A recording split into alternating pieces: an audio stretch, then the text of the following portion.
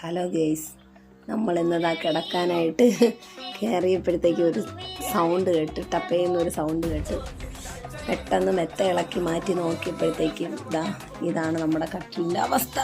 കണ്ടോ, കംപ്ലീറ്റ് ഉളുപ്പനെടുത്ത്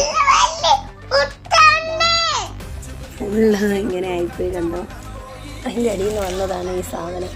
ഈ ഉളുപ്പനാണിത്. കണ്ടോ, ഇതാണ് അവസ്ഥയായി പോയത്. അപ്പം എല്ലാവരും ഇതുപോലെയുള്ള കട്ടിലൊക്കെ ഉണ്ടെങ്കിൽ, കുഞ്ഞു പിള്ളേരും കൂടെ ഉണ്ടെന്നുണ്ടെങ്കിൽ മെത്ത ഇട്ടിട്ടുണ്ടെങ്കിൽ അത് പണിയാവും.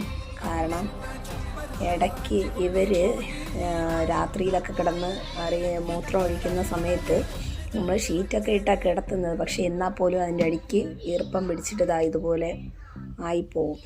കണ്ടോ, ഇവൻ പറ്റിച്ച പണിയാണെന്നാണ് തോന്നുന്നത്. ഇരിക്കുകയാണ് ആള്. ഹായ്, ഇതെന്തോന്നാണ്? ഇതെന്ത് മക്കളാ? ഇതെന്ത് പൊടിയാ?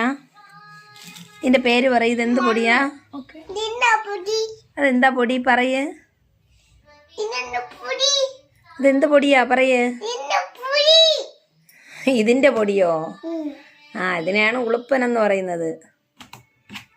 ഓക്കെ, അപ്പോൾ ബൈ.